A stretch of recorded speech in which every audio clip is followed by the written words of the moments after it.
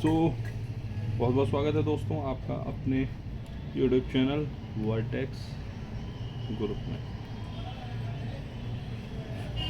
तो हमारा जो टॉपिक चल रहा था और हम पढ़ रहे थे foundation of Indian National Congress, जो मैंने कहा था कि 2 पार्ट्स में हम उसको फिनिश करेंगे। पहला पार्ट ऑलरेडी परसों मैंने पढ़ा दिया था, लेकिन आज दूसरा पार्ट पढ़ते हैं। तो आज हमारा ये topic foundation of Indian National Congress, तो ये हमारा फिनिश हो जाएगा। ठीक है, तो चलो वीडियो में आगे बढ़ते हैं। वीडियो में देखो, आगे बढ़ने से पहले एक चीज़ देखो, टेलीग्राम चैनल का लिंक आपके डिस्क्रिप्शन में, तो ज्वाइन कर लेना, ठीक है ना। और please do subscribe your very own YouTube channel vertex group. So video को स्टार्ट करते हैं। सो लास्ट वीडियो में हम कांग्रेस के सेशंस जब हम डिस्कस कर रहे थे, तो हम 1905 के सेशन को कंप्लीट कर लिया था। अब आगे बढ़ते हैं। That is the session of 1906। 1906 कहाँ होता है? कैलकाटा में। Who was the president of this session? So दादा भाई नौरोजी, या आपके grand old man of India, ठीक है ना। और इस सेशन में क्या होता है? सो इस सेशन में it adopted 4 resolutions, 4 resolution pass होते हैं इस सेशन में, ठीक है। सबसे पहला जो होता है दैट इज स्वराज। स्वराज यानी सेल्फ गवर्नेंस, हमें खुद की सरकार चलानी है, ठीक है। दूसरा होता है आपका बॉयकॉट मूवमेंट। बॉयकॉट मूवमेंट, अंग्रेजी सरकार का बॉयकॉट। तीसरा होता है दैट इज स्वदेशी, स्वदेशी अपनाओ, ठीक है। और नंबर 4 होता है इसके बाद नेशनल एजुकेशन, राष्ट्रीय शिक्षा। तो एग्जामिनर बड़ा चालाक है, आपसे पूछ लेगा 4 रेजोल्यूशन किस सेशन में पास हुए थे, या आपसे ये भी पूछ लेगा 4 रेजोल्यूशन जो पास हुए थे 1906 के सेशन में, जिसमें एक था स्वराज, बॉयकॉट मूवमेंट और एक स्वदेशी, तो चौथा रेजोल्यूशन क्या था। कुछ भी घुमा सकता है आपको। तो आपको पूरा मैंने सेशन बता दिया, क्या सेशन में क्या हो रहा है, मैं सारी डिटेल बता रहा हूँ, इसलिए आपको एक एक सेशन एक एक बार में पढ़ा रहा हूँ मैं, ठीक है ना। कांग्रेस का बहुत इंपॉर्टेंट है यार, कांग्रेस के सेशंस बहुत इंपॉर्टेंट है इस ईपीएफओ एग्ज़ाम में। आप कोई सा पेपर उठा लो, ईओए और आईपीएफसी, लास्ट कितने भी आता ही है, इससे क्वेश्चन आता ही आता है, ठीक है। तो चलो अब बढ़ते हैं नेक्स्ट सेशन जो हमें पढ़ना है। अब पढ़ेंगे 1907 का सेशन। 1907 का सेशन होता है सूरत में। प्रेसिडेंट कौन होता है इस सेशन का?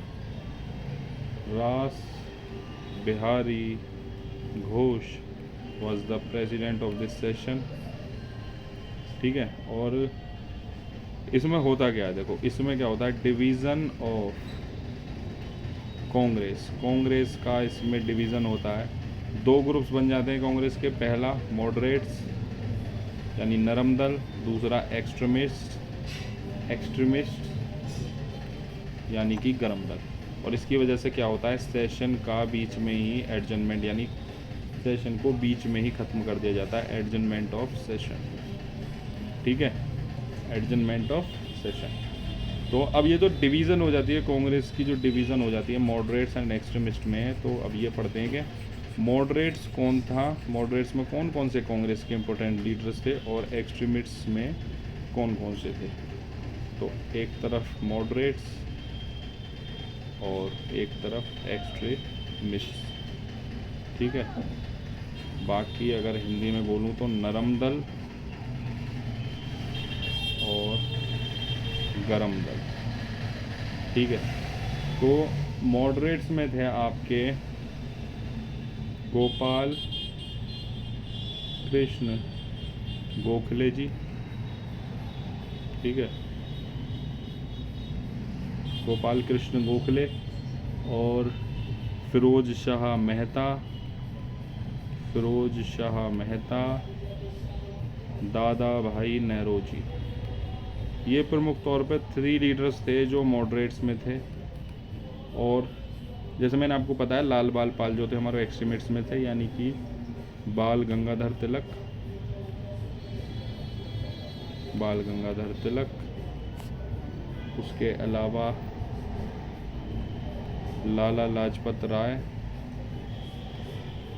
Lala Lajpat Rai ji and Bipin Chandra Pal ji, Bipin Chandra Pal.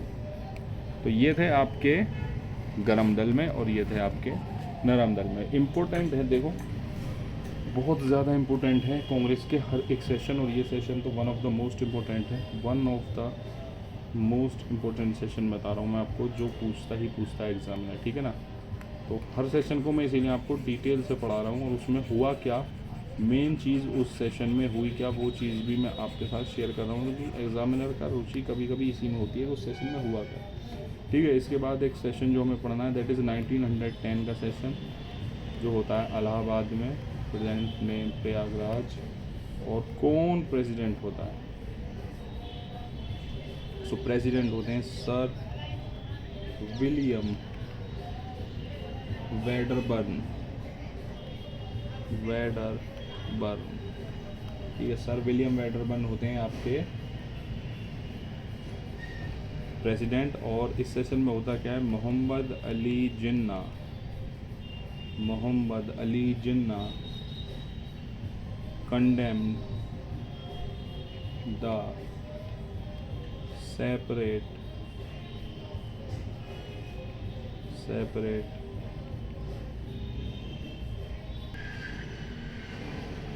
Electorate system of the 1900 act.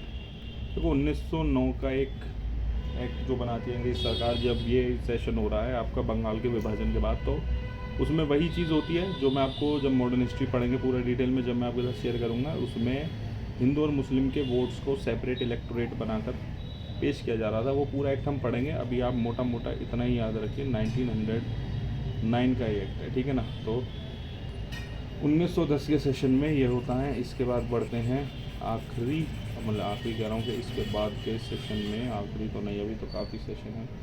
इसके बाद इम्पोर्टेंट सेशन है 1911 का सेशन, जो होता है कैलकाटा में। और प्रेसिडेंट कौन होता है इस सेशन का, तो प्रेसिडेंट होते हैं बी एन धर। और होता क्या है इसमें, जनगण मन, हमारा नेशनल एंथम जनगण मन was sung for the first time in Congress session. पहली बार किसी कांग्रेस के अधिवेशन या कांग्रेस के सेशन में जनगण मन का गुणगान होता है, गाया जाता है, ठीक है ना। तो इसलिए ये वाला सेशन आपके लिए बहुत इम्पोर्टेंट बनता है, ठीक है। बढ़ते हैं अपने नेक्स्ट सेशन की तरफ। इसके बाद जो, देखो हर सेशन नहीं पढ़ा रहा मैं, लेकिन जो इम्पोर्टेंट है, जिनसे क्वेश्चन बनेंगे वो पढ़ा रहा हूँ। तो 1911 के बाद अगला जो सेशन जो इम्पोर्टेंट है वो है 1916, जो होता है कहाँ, Lucknow. Who was the president, तो इस सेशन के प्रेसिडेंट होते हैं AC मजूमदार जी, AC मजूमदार। और होता क्या है, जो दोनों सेक्शन थे ना, नरम दल गरम दल, यूनिटी बिटवीन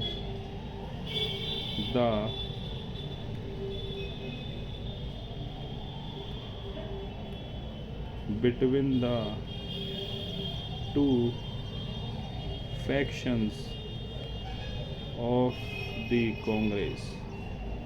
तो दोनों के बीच समझौता हो जाता है, मॉडरेट्स और एक्सट्रीमिस्ट्स के बीच में इस सेशन में, एक्सट्रीमिस्ट इस सेशन के अंदर, ठीक है ना। दोनों में समझौता हो जाता है। और एक चीज़ और जो इस सेशन में होती है, जो बहुत ज़्यादा फेमस है, लखनऊ पैक्ट के नाम से, इसी सेशन में है वो। तो the Lucknow pact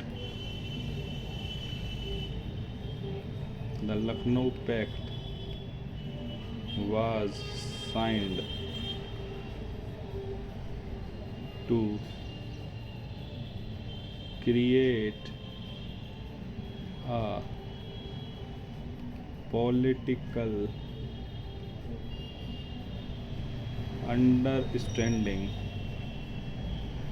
between the Congress and the Muslim League. तो मोटा मोटा लखनऊ पैक्ट जो है आपका समझौता है कांग्रेस और मुस्लिम लीग के बीच का, जिनमें इन दोनों के बीच में राजनीतिक समझ को, पॉलिटिकल अंडरस्टैंडिंग को बढ़ावा दिया जाता है, बनाया जाता है, क्रिएट किया जाता है तरीके से, ठीक है ना। तो इसलिए ये वाला सेशन हमारे लिए बहुत इम्पोर्टेंट है 1916 का, ठीक है ना। तो इसे भी मैं मोस्ट इम्पोर्टेंट पे रखूँगा। अब बढ़ते हैं अगले सेशन की तरफ। अगला हमारा सेशन जो हमें पढ़ना है दैट इज़ इससे अगला ही वाला 1917 कैलकटा सेशन, ठीक है। और इसमें कौन प्रेसिडेंट बनता है? कौन प्रेसिडेंट बनता है? एनी बेसेंट, जो मूल रूप से कहाँ की थी? आयरलैंड, ठीक है। और यहीं से क्यों इम्पोर्टेंट है? First women president of Congress, पहली कांग्रेस की महिला अध्यक्ष बनती हैं एनी बेसेंट, ठीक है ना। तो इसके बाद अगले सेशन की तरफ मूव ऑन करते हैं, जो इम्पोर्टेंट सेशन बनेगा, जो हमें पढ़ना है दैट इज़ 1922 का सेशन। 1922 का सेशन जो होता है गया बिहार में। Who was the president at that time? C.R. दास, चित्तरंजन दास, ठीक है ना। और होता क्या है इस सेशन में? C.R. Das and other leaders broke away from the Congress. So Congress से C.R. दास और अन्य लीडर अलग हो जाते हैं और नई पार्टी का निर्माण करते हैं, formation of a new party that is Swaraj party, formation of Swaraj party.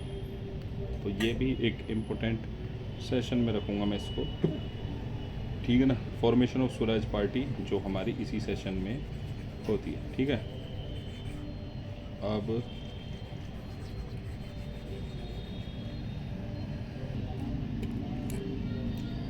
तो इसके बाद अगला सेशन जो हमें पढ़ना है, जो इम्पोर्टेंट बनेगा 1924 का सेशन, बेलगांव का सेशन। मोस्ट इम्पोर्टेंट है, बताता हूँ क्यों। प्रेसिडेंट कौन होता है इस सेशन में? पहली बार महात्मा गांधी जी इस सेशन में, या पहली बार ही अपने जीवन में वो कांग्रेस के प्रेसिडेंट बनते हैं, और वो सेशन ही होता है 1924 का बेलगांव, ठीक है ना। तो इसीलिए बनता है, इसलिए लिख लेना इस चीज़ को। Only one session held under the chairmanship of Mahatma Gandhi. एक लौते बार ही वो प्रेसिडेंट बनते हैं कांग्रेस के किसी सेशन के, और वो सेशन ही होता है 1924 का बेलगांव का, ठीक है ना। इसके बाद अगला सेशन जो है 1925 का कानपुर सेशन, ठीक है। ये भी इम्पोर्टेंट है। प्रेसिडेंट बनती हैं, प्रेसिडेंट बनती हैं इस सेशन में सरोजनी नायडू। और क्यों इम्पोर्टेंट है? क्योंकि first women president of Indian National Congress. देखो, पहली वुमेन प्रेसिडेंट जो थी वो थी एनी बेसेंट, लेकिन फर्स्ट, यहाँ गलती कर गया मैं, फर्स्ट इंडियन वुमेन प्रेसिडेंट, लेकिन पहली भारतीय महिला प्रेसिडेंट इंडियन नेशनल कांग्रेस की कौन बनती हैं? सरोजनी नायडू। इसलिए इम्पोर्टेंट है, पहली महिला पूछेगा तो आंसर इज एनी बेसेंट, पहली भारतीय महिला पूछेगा then answer is Sarojini Naidu, ठीक है ना। तो इस तरीके से हमें याद रखना है।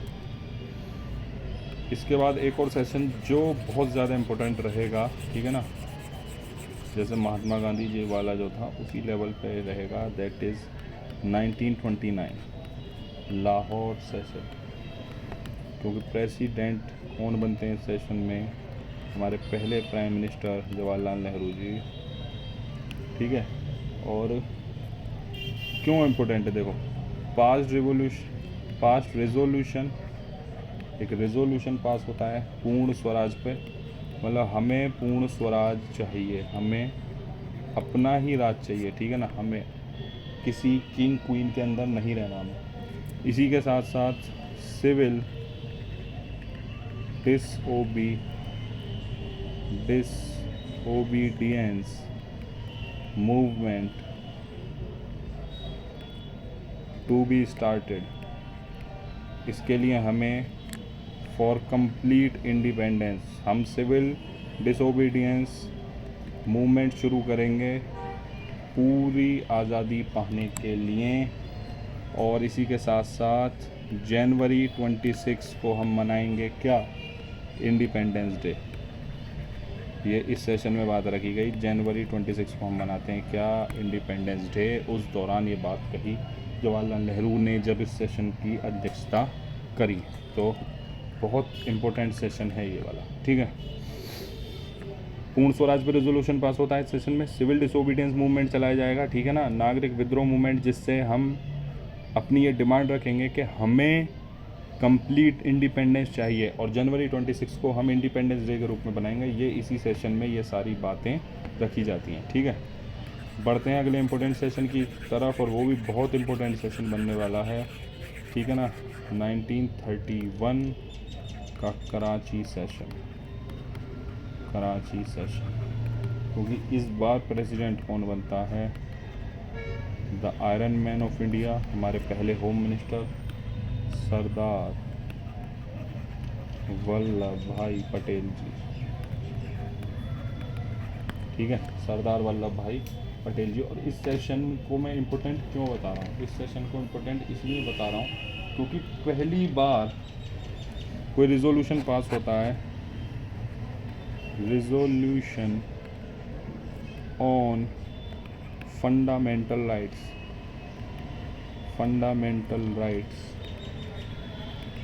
एंड नेशनल इकोनॉमिक प्रोग्राम, भारत की अर्थव्यवस्था का प्रोग्राम और फंडामेंटल राइट्स का रिजोल्यूशन पास होता है इसी सेशन में। इसी के साथ साथ इसी सेशन में support of Gandhi Irwin pact जो था 1931 का, उसको सपोर्ट भी करा जाता है इसी सेशन में, ठीक है ना। और एक इम्पोर्टेंट चीज़ जो होती है इसी सेशन में, वो भी अगर मैं आपके साथ शेयर करूं तो वो ये है कि महात्मा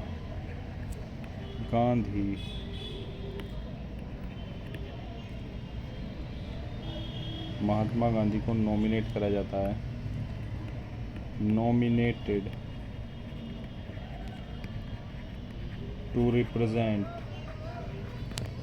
Indian National Congress at the second round table conference in London, ठीक है ना। महात्मा गांधी को इनवाइट करा जाता है इंडियन नेशनल कांग्रेस की सेकंड राउंड टेबल कॉन्फ्रेंस में लंदन में, ठीक है ना। इसके बाद इसीलिए मैंने कहा देखो बहुत इंपॉर्टेंट सेशन है, बहुत इंपॉर्टेंट है, मोस्ट इंपॉर्टेंट में रखूँगा इसको मैं, ठीक है। 1924 का बेलगांव वाला, 1929 का जवाहरलाल नेहरू वाला लाहौर का, और 1931 सरदार वल्लभ भाई पटेल जी का कराची सेशन, तीनों को मोस्ट इंपॉर्टेंट कैटेगरी में रखूँगा मैं, ठीक है। इसके बाद ये भी एक अच्छा सेशन है 1934 का, जो होता है बॉम्बे। कौन बनता है प्रेसिडेंट, हमारे देश के पहले प्रेसिडेंट इस सेशन के प्रेसिडेंट बनते हैं, that is doctor Rajendra Prasad ji, ठीक है ना, डॉक्टर राजेंद्र प्रसाद। और होता क्या है इसमें, अमेंडमेंट अमेंडमेंट होता है of the constitution of Congress. Constitution of Congress किस सेशन में रखा गया था मुझे कमेंट सेक्शन में बता देना, मैं पहले सेशन में पढ़ा चुका हूँ पहली वीडियो में, ठीक है। और इस सेशन में अमेंडमेंट होता है उसी कांग्रेस के कॉन्स्टिट्यूशन में, ठीक है ना। तो पढ़ते हैं अपना अगला सेशन। तो अगला सेशन जो होता है 1937 में फैज़पुर का सेशन। कौन प्रेसिडेंट बनता है इस सेशन में? जवाहरलाल नेहरू जी, ठीक है। और क्यों इम्पोर्टेंट है? फर्स्ट कन्वेंशन, पहला कोई अधिवेशन, ढंग से लिखता हूँ इसको थोड़ा, first convention to be held in a village. ये फैज़पुर एक गांव है, विलेज है, और पहला कांग्रेस का कन्वेंशन या सेशन जो होता है एक गांव में, इसलिए ये बनता है इम्पोर्टेंट सेशन। इसके बाद बस 2 सेशन और पढ़ने हमें, इसके बाद बस 2 ही सेशन हमें और पढ़ने हैं। पहला पढ़ते हैं 1939। कौन बनता है, होता कहाँ है? पहले तो त्रिपुरी। प्रेसिडेंट कौन बनता है? दैट इज सुभाष चंद्र बोस जी, ठीक है। लेकिन सुभाष चंद्र बोस देखो 1938 में भी चुने जाते हैं। Subhash Chandra Bose was re elected but had to resign, ठीक है ना। वो दोबारा चुने जाते हैं लेकिन वो रिज़ाइन करते हैं। वो हम मॉडर्न हिस्ट्री में डिटेल में पढ़ लेंगे क्यों वो रिज़ाइन करते हैं और उनकी जगह पर क्या होता है।